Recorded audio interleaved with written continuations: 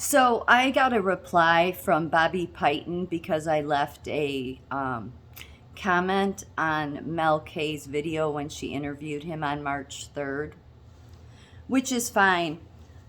And I'm not going to go off because I really think that people should pray for him. And I don't mean that in a sarcastic tone. I think that,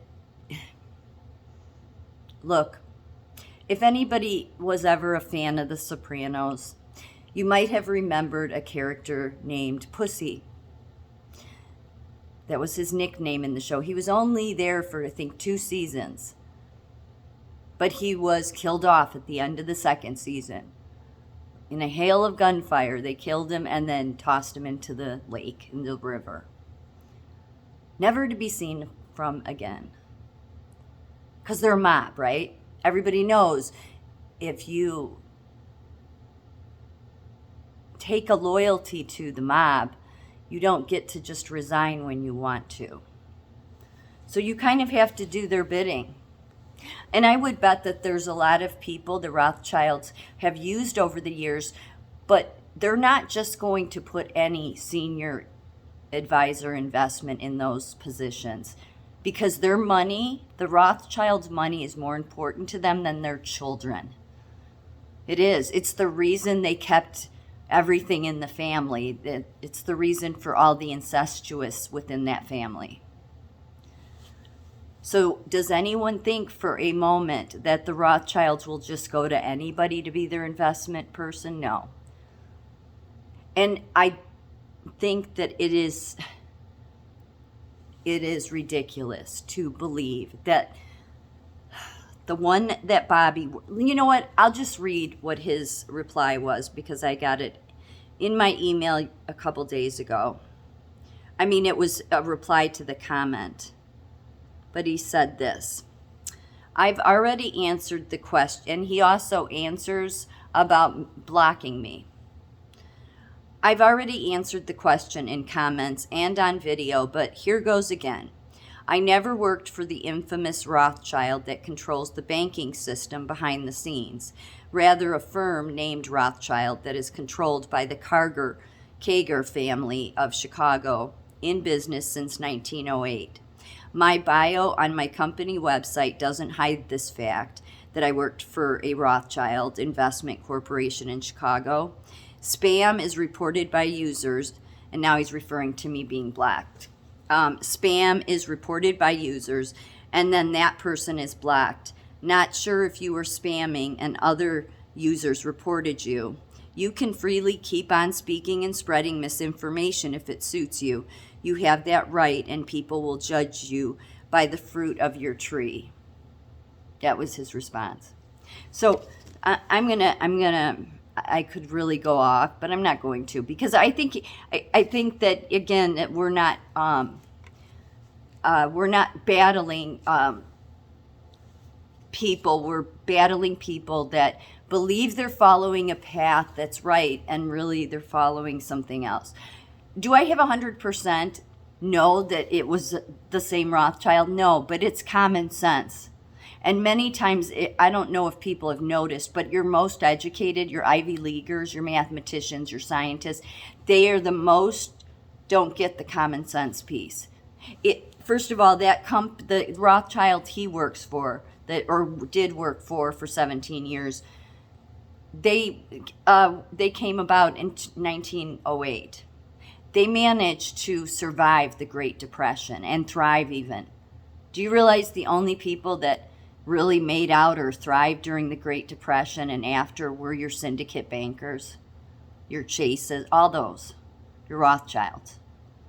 So here's the thing, the money to Rothschilds is more important than anything, right? So there's some family in Chicago that has an investment group that just happened to also make it through the Great Depression, and there's no ties there. I'm not buying it because it's not common sense. It's not logical. It's not logical. Most banks, and nobody made it out of the Depression thriving. But the Rothschilds did, along with many other of those syndicate families. So I think that many times when I've talked about this once before, that when you have that Holy Spirit moment, and that stays with you. But when you start down a path of wickedness, even if you don't know you are, but you find out later, like, or even if you know, and you're just kind of willingly going along with it, we've all fallen into that trap where we get in bad attitudes or whatever. I've said before that then it's not that the Holy Spirit is gone, but that connection kind of just takes a temporary break, let's say. It doesn't, it's not as active because I'm not walking the path I should. So I know that Bobby has these special gifts, and I'm not going to take away from his special gifts, but he wants to put science to the Bible, and you can't do it. But he has every right to do that if that's what he wants to do, but he's leading himself astray. So I think that's what is going on, which brings me back around to The Sopranos. If you decide to take a job with people that are syndicate bankers, even if he didn't know in the beginning, you're kind of, you're embedded to them, really. Like, you can't, Pussy from The Sopranos, he couldn't just resign. Yeah, I want to quit. I want to leave the mob. I think everybody in the world knows that it doesn't work that way. Once you're in, you're there for life, no matter what. If you're going to leave, you're going to go out by dying because they're going to kill you. And the Rothschilds are no different. They're actually the epitome of it all, of that, what a syndicate mob is. So they go after these Ivy Leaguers. And who controls the Ivy League schools? It's your syndicate. It's the reason they indoctrinate. So he went into school, had all this education, great, and then gets out and works for one of the, so I'm not going to argue this anymore, but the point is, it's really was never about the Rothschilds. I knew Bobby is right in here about one thing, and that's that he was very open about it. He didn't talk much about it, but I followed his Bible study from the first day. I did. I followed him as soon as, I forget who posted him up, but and then he wanted to do and I thought that's a good idea. It was right after the elections, and when he did bring up the Rothschilds, I didn't think, oh, you're bad. I didn't think that, because there was a lot of people in the comment section on Mel K's video that, and some were totally understood what I was saying and were like, yeah, absolutely. But there were some saying, well, it doesn't mean he's bad if he worked for the Rothschilds, just because the Rothschilds are bad. Okay, but it's a mob. The mob doesn't let just anybody handle their money. They let people that are going to be loyal to them or have taken an oath to be loyal to them. Now, could this be a totally separate Rothschild? Sure, it could. It could. Does anybody common sense-wise think so? Because I think if it really was a totally separate Rothschild family, I think that the banking Rothschild family would have eliminated them long ago. Because that's all they care about is the money. They wouldn't want somebody stepping on their investment toes. But it's not true. It was part of the Rothschild family. This is what they do. They get into these investment firms because they're so drunk on money. Every aspect of the monetary system they can get into, they do. So it's not common sense. But really, it was never about that. What became a big issue with the Rothschilds was because he silenced me after I asked about it. Now, I will say, maybe somebody did report me, but I have my picture up there. I'm not somebody that hides. People see me on social media, know my first name. It's not like I go around hiding. So for somebody to think I was spam, maybe, I don't know, maybe it was somebody protecting him.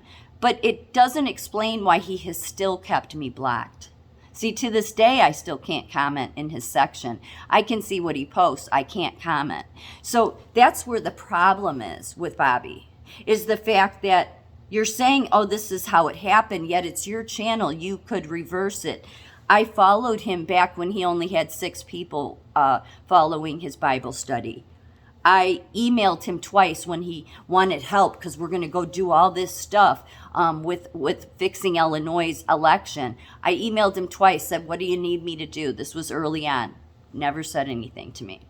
Never got back to me. There was one email he did get back to, but it wasn't regarding that. And then I donated to his campaign twice. So he knows who I am. He didn't, when you have so few followers at the beginning, you remember those few you first have.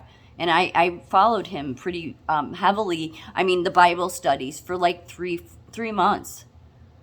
And so the Rothschilds, when he brought it up, it was never a red flag. The red flag for me was when he said we don't need to read Kings. That was where I had that nudging moment that said, pay attention here. That was really the first red flag. But the Rothschild stuff became a red flag because he silenced me for asking about it. If you don't have anything to hide, then why wouldn't you have just said all of this that day or the next day? Why would you take the time to silence me and then go tell everyone? Because he has control over his channel. Other people in Telegram, if they get blocked because of somebody's reported them or something like that, if there's somebody that follows them regularly, they just unblock them. It's very simple. We're going on 2 months now. He still has me blocked. So he doesn't want me to ask any questions or say anything. So that's the suspicious component about Bobby Piton. I really understand now why it's important to never go to violence.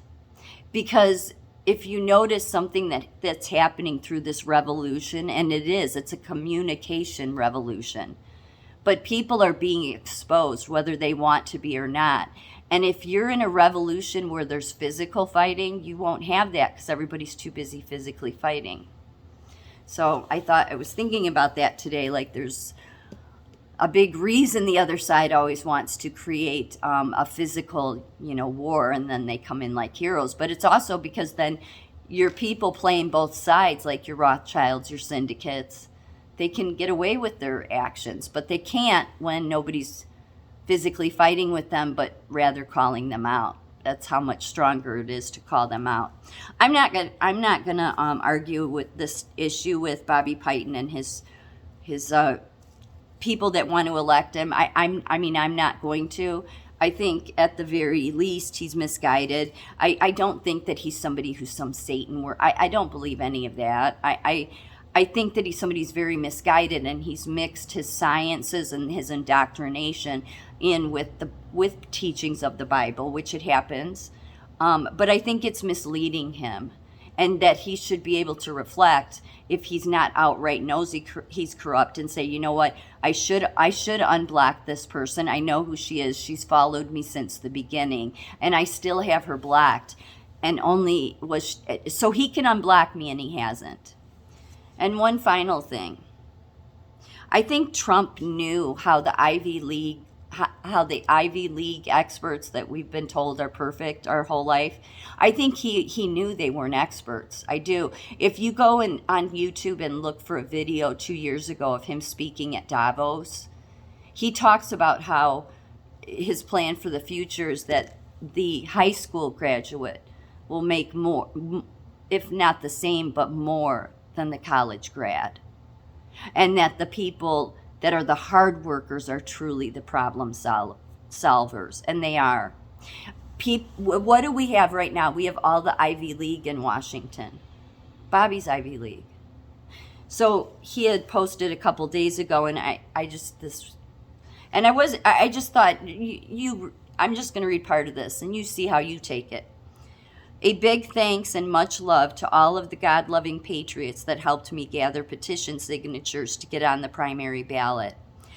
Here it is. I have the strongest skill set in the field with an unstoppable work ethic to represent the will of the people in Illinois in the United States Senate. The strongest skill set. Well, we have a lot of people in Washington and at the state levels, most of our politicians that have strong Ivy League background, skill set levels. What are they doing? Nothing. And so it takes me back to that speech that Donald Trump gave at Davos 2 years ago. He knew this. He knew it. He knew that your most educated would be the ones that were indoctrinated and would never be the problem solvers. Look at the science handling medicine right now. They're doing the opposite of solving problems. So you need people in Washington or politicians that are your hardworking people, like you're really hardworking. Bobby Payton can say he has a strong work ethic. Okay, sitting at a computer. Any manual labor there, Bobby? Which it doesn't matter, but my point is he puts everything on his, I'm a math magician or mathematician. Interesting set of words, right? Math magician. Didn't kings use a lot of magicians to help them figure dreams out, or all those types of people? Anyway, I'm not saying that's who he is, but I'm sure he's good with numbers, clearly. But this is not that's the same skill set we've had in Washington. These people that are all about data and numbers. You need people with heart there. I mean real true heart. People that are not shallow and of low substance. Those are low energy people. That's why they don't get a lot done.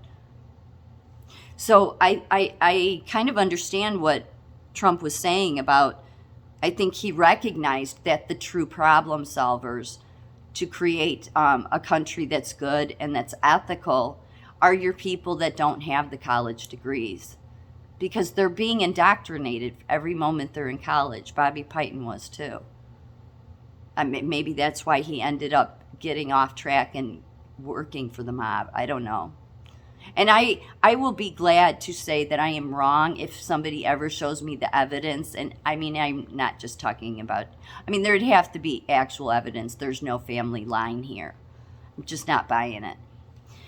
So I could be wrong. That's just my opinion based upon common sense, not based upon skill sets or based upon me being any expert of math or me being an expert at common sense. Common sense says what he says in that reply does not make sense. So I would ask people to pray for Bobby, because I don't think that he's a bad person. I just think he's misguided. I also think that of Flynn. Now, I could be wrong and they could, worship something else. It doesn't really matter, does it?